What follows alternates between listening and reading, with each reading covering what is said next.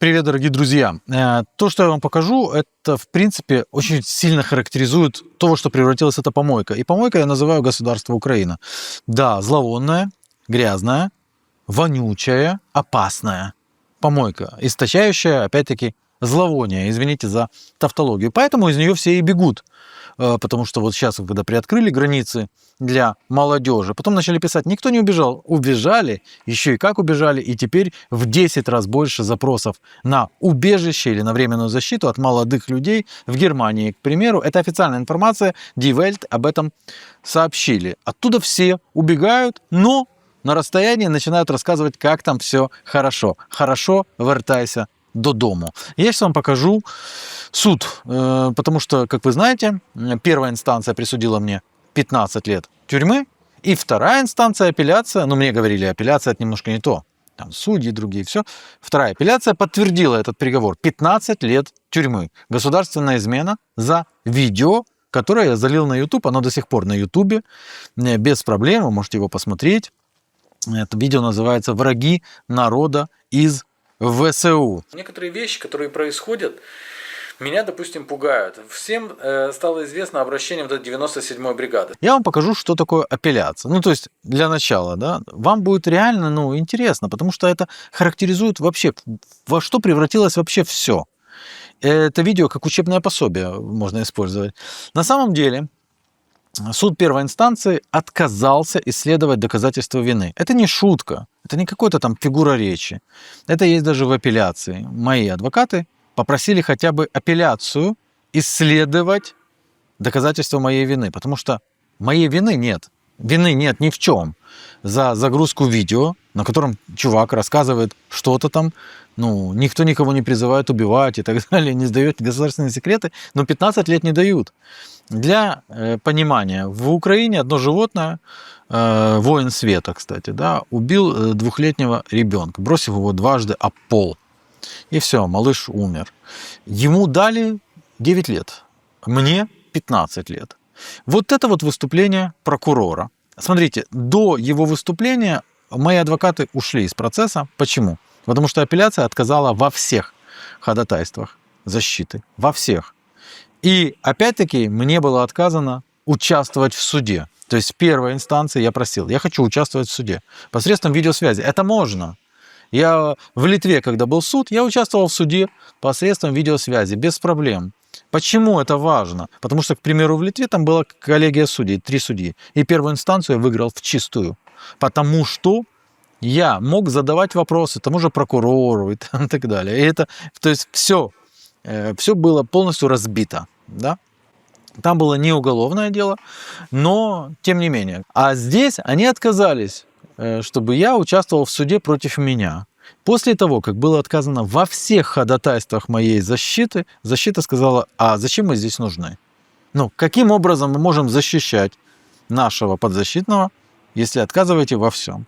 Вот прокурор. Это не вырвано из контекста. Это видео выложено на YouTube-канале офіційному, де викладають судебне засідання. Що стосується зазначення експертом в експертизі, і для цього не потрібно досліджувати цих доказів, воно все викладено в обвинувальному вироку, яким Шевцова и Шария визнано винними. Итак, прокурор всерьез говорит, что не надо исследовать никакие доказательства.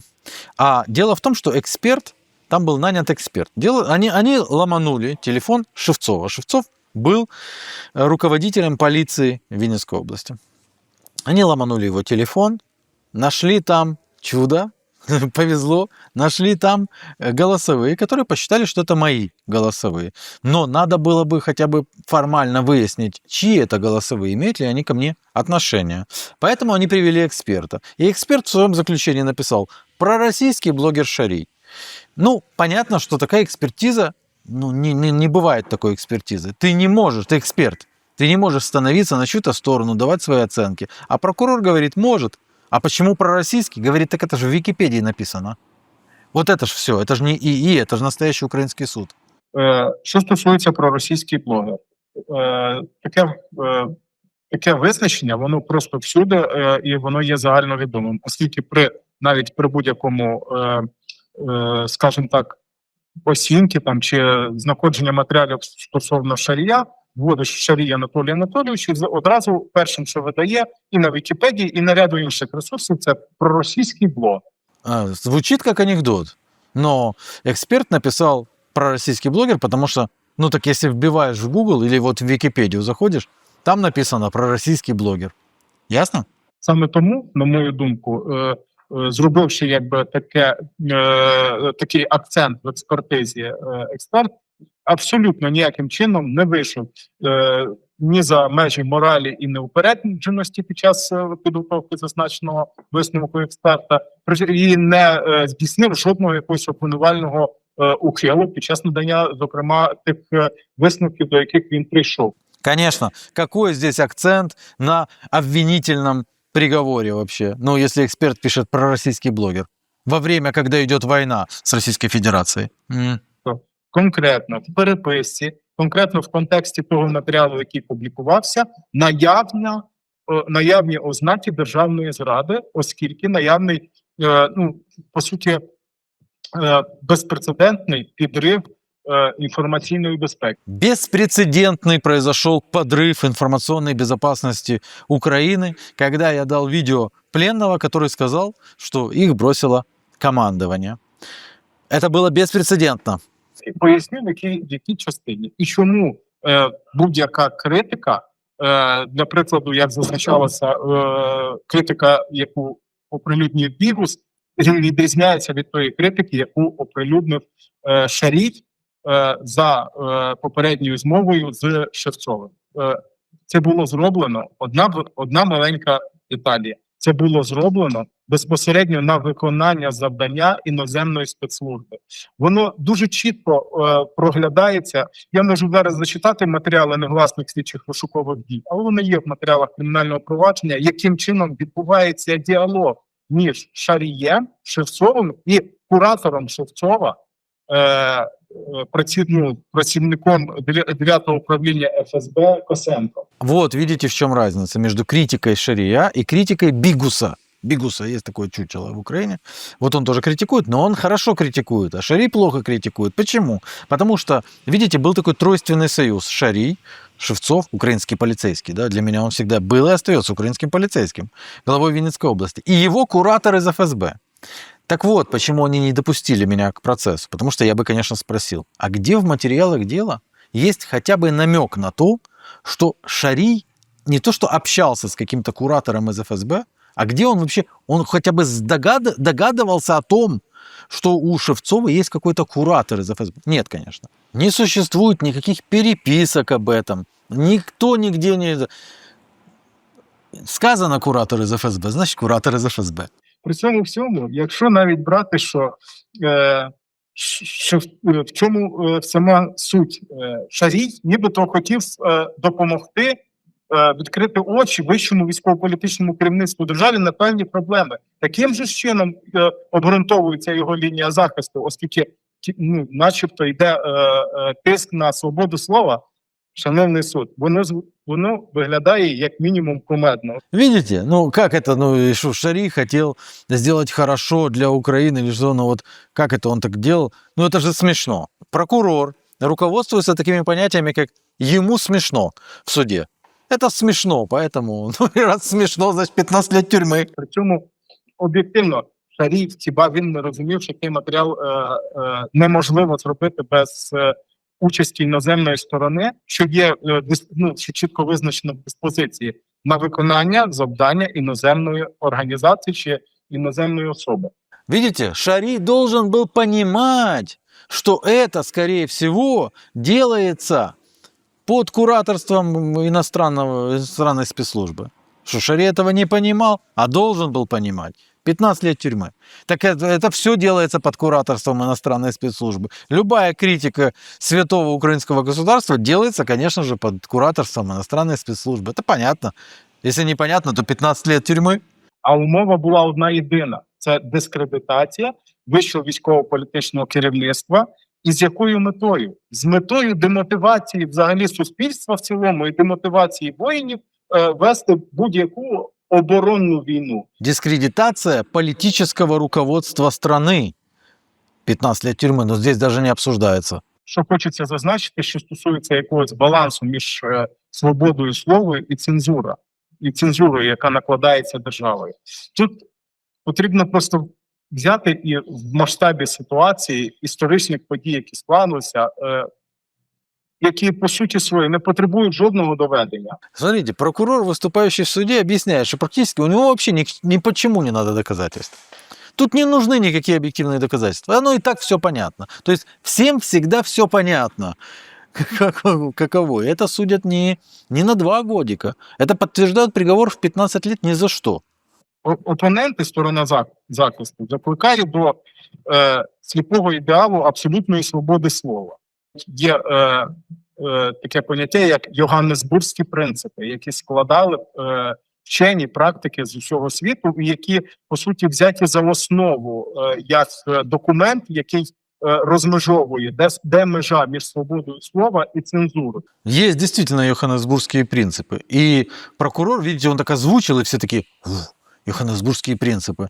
Но, по всей видимости, выдающийся юрист. На самом деле, согласно этим принципам, любое ограничение слова должно быть строго необходимо, чтобы предотвратить серьезную и неминуемую угрозу. Если публикация не несет прямой опасности, например, раскрытие военных тайн, размещение войск, планов операций, она не может быть запрещена. Критика армии, правительства, даже политика военного времени – это не угроза безопасности в соответствии с этими принципами. То есть он просто не знает, что он говорит. Или же говорит это намеренно. А судьи, вон там 3 тела сидят, я сейчас о них тоже расскажу. Вот они слушают это, и у них это не вызывает никакого диссонанса. То есть эти принципы, напротив, за свободу слова. Они говорят, что даже во времена военного времени ты имеешь право критиковать, делать то-то-то. І основною тезою Йоганнесбурзьких принципів стоїть, що забезпечення національної безпеки, і, зокрема, безпеки та захисту життя своїх громадян з метою забезпечення, держава в певних моментах може накладати цензуру і може забороняти або навіть карати за певні вислови і за те, яким чином особи підривають її інформаційну безпеку. Нету там такого в йоханнесбургских принципах. Не верим мне, переходим на йоханнесбургские принципы. Итак, самовыражение имеет целью призыв к насильственным действиям, может привести к насильственным действиям, и имеется прямая и непосредственная связь между самовыражением и возможностью или возникновением насильственных действий.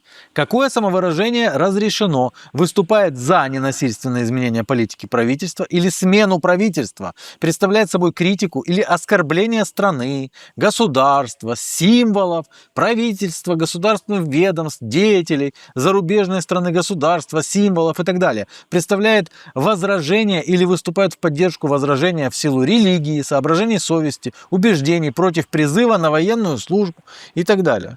Вы услышали, да?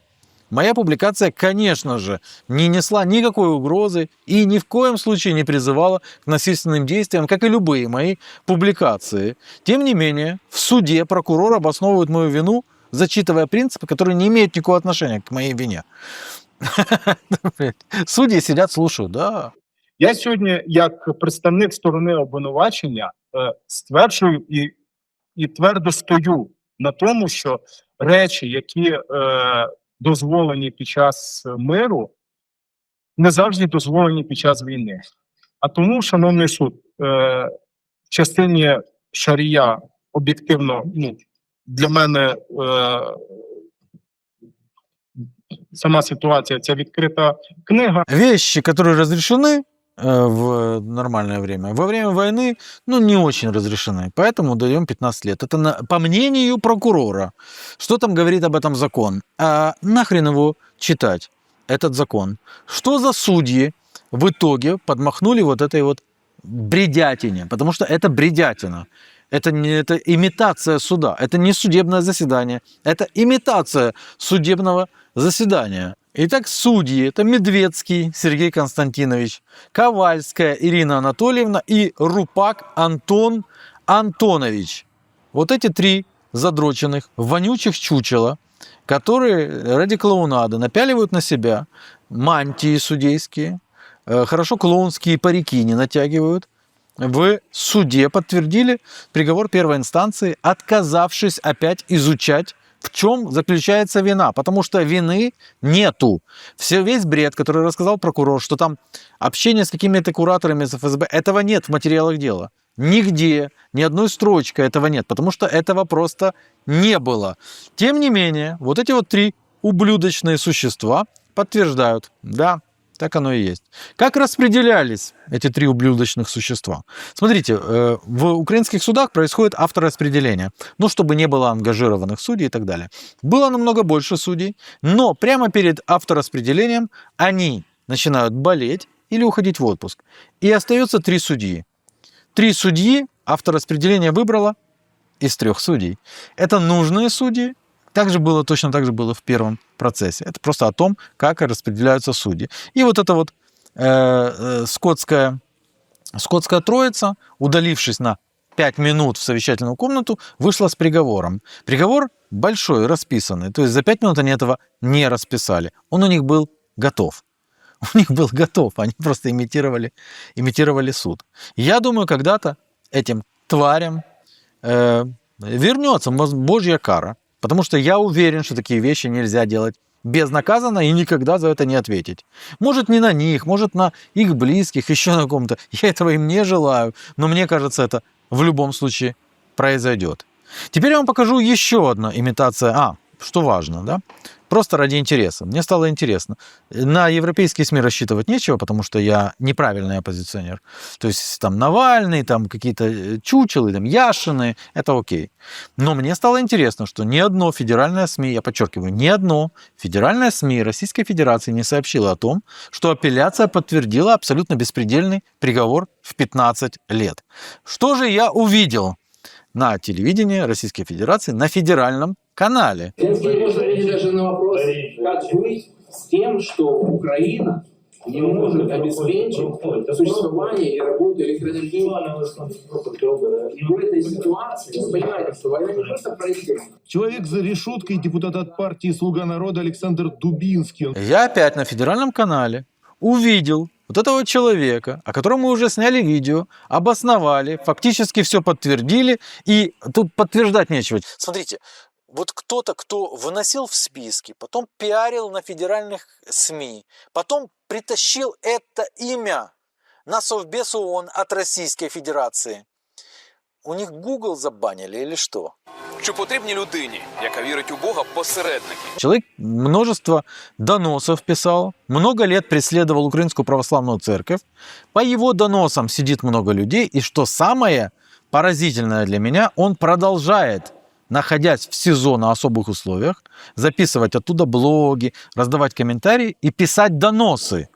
Он пишет доносы. К слову, там в сюжете говорят, это народный депутат от «Слуги народа». Ну, нет, они здесь тоже соврали, потому что народным депутатом от «Слуги народа» он не является с 21 года. Его оттуда выгнали. Но обратите внимание на этот спектакль. Множество военных каких-то, они боятся к нему притронуться, ходят вокруг него и создают картинку.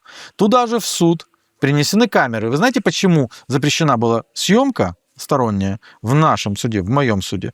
Потому что это типа секретное дело.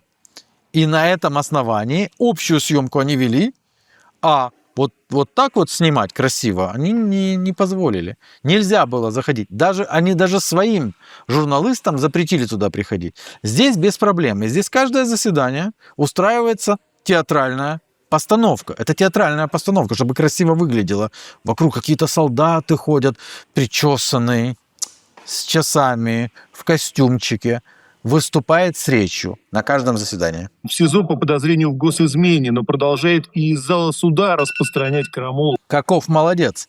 То есть кто-то в Российской Федерации продолжает толкать проект Офиса Президента за деньги ли, по тупости ли, я не знаю. И на это уже невозможно не обращать внимания и списывать на то, что это просто случайность.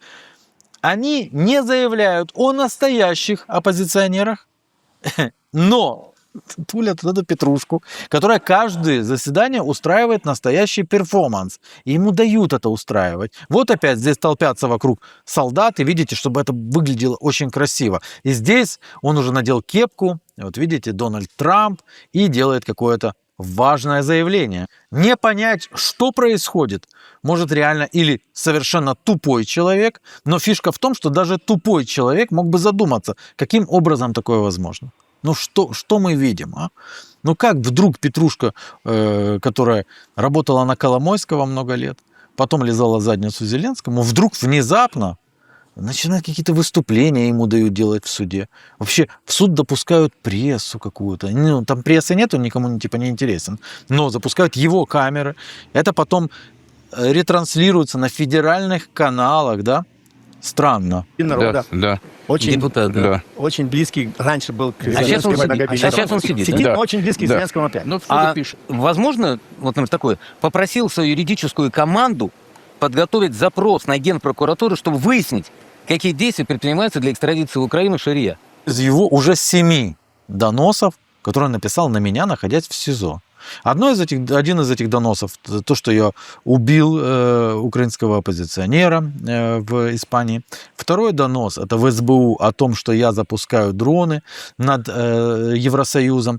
Третий донос, я уже не помню, 7 доносов. Он ими хвастает. Он хвастает этими доносами и говорит, я направил донос, я там направил, он называет это там юридическое действие, надо конфисковать YouTube Шария. Вы знаете, кому больше всего мешает YouTube Шария? Зеленскому, офису президента. Так на кого работают? Но самое интересное, чьи интересы обслуживают те, кто в Российской Федерации продвигает это? Это, от которого отпрыгнули уже даже близкие. Это потому что там была Диана Панченко, Дмитрук уже не репостит вот это вот. Масейчук остался. Ну, по всей видимости, большие проблемы, наверное, с материальным положением. Потому что иначе понять, как можно продвигать избушного стукача, я не знаю. Но вот задаются вопросом. Это уже не первый раз. А это на Украине такая демократия, то есть, значит, ты сидишь якобы в тюрьме, обращаешься к адвокатам, ведешь свой Ну, телеграм-канал. он один такой. Дубинский может, один такой, который Ленушка, может такой себе он позволить. правда Других оппозиционер? нету. Да, в том-то вся и фишка, что те скоты, которые двигают вот это вот на территории Российской Федерации, помогают Зеленскому представить так, как будто бы в Украине это возможно. Как будто в Украине возможно, вот смотрите, политический оппонент, но он сидит, смотрите, выглядит хорошо, видите? Почки не отбиты, лицо не побито, зубы на месте. Смотрите, какой причесанный, такой полненький, да, такой, пишет оттуда какие-то прокламации, выступает в суде, посмотрите, друзья. Его после этого не посадили на бутылку, а вот отвели себе в камеру. Даже боятся к нему притронуться, посмотрите-ка. Видите? Как все цивилизованно. В украинских тюрьмах так не сидят. Он правда оппозиционер? Ну, Или он он- дурилкой картонный, который создан для того, чтобы сделать вид, что есть оппозиционный лидер, а потом его вытащить из тюрьмы? Он руководил аккуратно. Киевской областью. Ну, о чем я Киевской говорю? областью Потом- слуг народа, блин. Так, Он сейчас, захватил то есть 80 нам квартир. пытаются скормить, значит, вот Конечно. эту СБУшную дурилку, такую шестерочку Зеленского, который там, наверное, в люксе сидит, да? Мало этого, он пишет, ну, вы относитесь как хотите к Шарию. Но он как раз человек реально пострадавший, который Это создал правда. реально действующую политическую силу на Украине, которую сейчас там в очередной раз осудили. Сколько покушений на него было. И тут... Ему и- срок дали. вот. Да, 15 лет Минский дали. суд, И да. тут, значит, какая-то промокашка на полном серьезе из тюрьмы маляву передает там не... А ну, срочно экстрадицию. Зеленский нам что, вот это все придумал, чтобы показать, что есть политическая жизнь на Украине? Это такой Тихановский, а потом его выпустят на волю, и Тихановский скажет, что вы сделали? Я буду баллотироваться в президенты Беларуси, если вы моего идиота мужа посадите. А то он вышел, и всем стало грустно. Но я надеюсь, у нас никто на эти симулякры не попадется. Пошло Знаете, сказать. сколько депутатов... Просто реальные пошло. Сколько депутатов действующих убили просто. Конечно. Убили А тут, просто, значит, он сидит в понимаете? тюрьме, общается со всеми, там обзывает, как хочет Зеленского, и такой... И поручает экстрадицию. И поручает быстро экстрадировать, Шария. Самое худшее. Извини, Жень, ну просто, знаешь, смотришь и думаешь, ну вообще уже... И, кстати, он не единственный депутат, который сидит, и ни один из сидящих депутатов, я вам напомню, там и Шуфрич сидит, и Шевченко. Даже сидит. близко ничего Там подобного. еще, Там есть люди, которые реально оппозиционные. Конечно. Есть люди глубоко Не- не- православные, не которые за веру слушают свою меня. страдают. А тут вот это нам подсовывают. Это Еще увидите, как удивительно, суд его оправдает, и начнется политическая карьера. Ну, Ну, эти я думаю, придумки что администрации Владимир президента. Адольфович Сценариста смените, дешевки.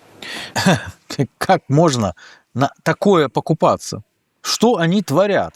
Тут больше того, уже насмехаясь над этими лохами, иначе не сказать. Дубинский собирает деньги на Монобанку. Ну, то есть это в Монобанке реально. Вы знаете, что такое Монобанк? Ну, Монобанк – это там, где вот собирали деньги на ядерку, к примеру. Там Гороховский владелец, которому помогли отмести этот банк. Да? У его первоначальных владельцев помогла украинская власть. И Гороховский, Монобанк и офис президента и Зеленского команда – это вот так вот. Это ни для кого не секрет. Там постоянно проходят гениальные сборы. Смотрите, как. Вот, видите, там эти тела собирают, и им помогают воровать на этом. Когда Дубинский собирает это все на Монобанк, он это все криптопереводами переводит на биржу WhiteBit. Вы знаете, что такое биржа WhiteBit? Нет? Это партнер фонда Зеленского. Партнер фонда Зеленского. Вот, смотрите-ка, инициатива президента Украины поблагодарила главу WhiteBit за поддержку Украины. Знаете, что такое, когда на человека накладывают санкции? На меня наложены санкции, на мою жену, на ее маму. У меня счетов в Украине давным-давно не было, поэтому мне по барабану. А вот у Олиной мамы, к примеру, закрыли все счета. И она просто даже за кредитную карточку не могла купить продукты себе. Это значит, тебе закрывают все, любую возможность. Тебе морозят все полностью криптосчета, потому что специально начинают писать на все криптобиржи. Сбор устраивать через Монобанк ты не можешь, потому что ты не этого, это просто невозможно. Что делают те, кто продвигает вот это чучело? Они показывают, смотрите, это возможно, видите? Ну, не все так, все-таки цивилизованно в Украине относятся к оппозиции. Это черти самые настоящие. Это самые настоящие черти, которые предают свой народ, потому что тотальное большинство россиян прекрасно понимают, что это такое. Но я же вижу реакции на публикации, я вижу. А группка этих товарищей, там есть клуб, называется Клуб народного единства, он там вот продвигают. Кто-то курирует продвижение вот этого вот на федеральных СМИ и так далее. Мне все равно, сообщать ли о моей ситуации и об этом абсолютно беспредельном приговоре на федеральных СМИ. Но у меня просто такой вопрос. Разве это не четкий показатель того, что происходит, того беспредела, который происходит, на самом деле происходит в Украине? Так это я. Я могу себе позволить адвокатов. Я могу себе позволить об этом заявить на миллионную аудиторию. Вы представьте себе, сколько людей получают сроки вот по таким вот доказательствам, которых просто нет. Их просто не засчитывают в суде. Просто прокурор приходит и говорит, вот это вот преступник. По моему убеждению, 15 лет тюрьмы. И судьи говорят, да, хорошо. Потом апелляция говорит, да, хорошо. И люди сидят. Сидят в скотских условиях. Не в одиночных камерах с интернетом. Сидят в скотских условиях, в ужасающих. Неужели об этом не надо говорить? А? Что же это за политика такая? Средств массовой информации, федеральных, в частности, средств массовой информации, которая вот такое вот делает, а? Кто же эти люди, которые нашли подход, люди из офиса президента, и втулили вот такую вот погремушку, как Соловьев говорит, да, там, дурилку картонную? Кто эти люди? Ну пусть эти люди выйдут и скажут, там один был Дмитрий Полянский, представитель Российской Федерации в ООН. Ну пусть выйдут и скажут, это мы эти люди. У нас есть убеждение, что вот это настоящая оппозиция. А те, которые там сидят, не так сидят. И получают настоящие приговоры. И не получается у них заявлять ничего в судах. Это оппозиция какая-то не настоящая. Кто эти люди? И я думаю, что мои читатели и зрители тоже задаются этим вопросом. Все, друзья, подписывайтесь, чтобы ничего не пропустить. И знать, как реально происходит, а не через призму тех, кто хочет вам подать определенные вещи, заворачивая их то в одно, то в другое. Пока.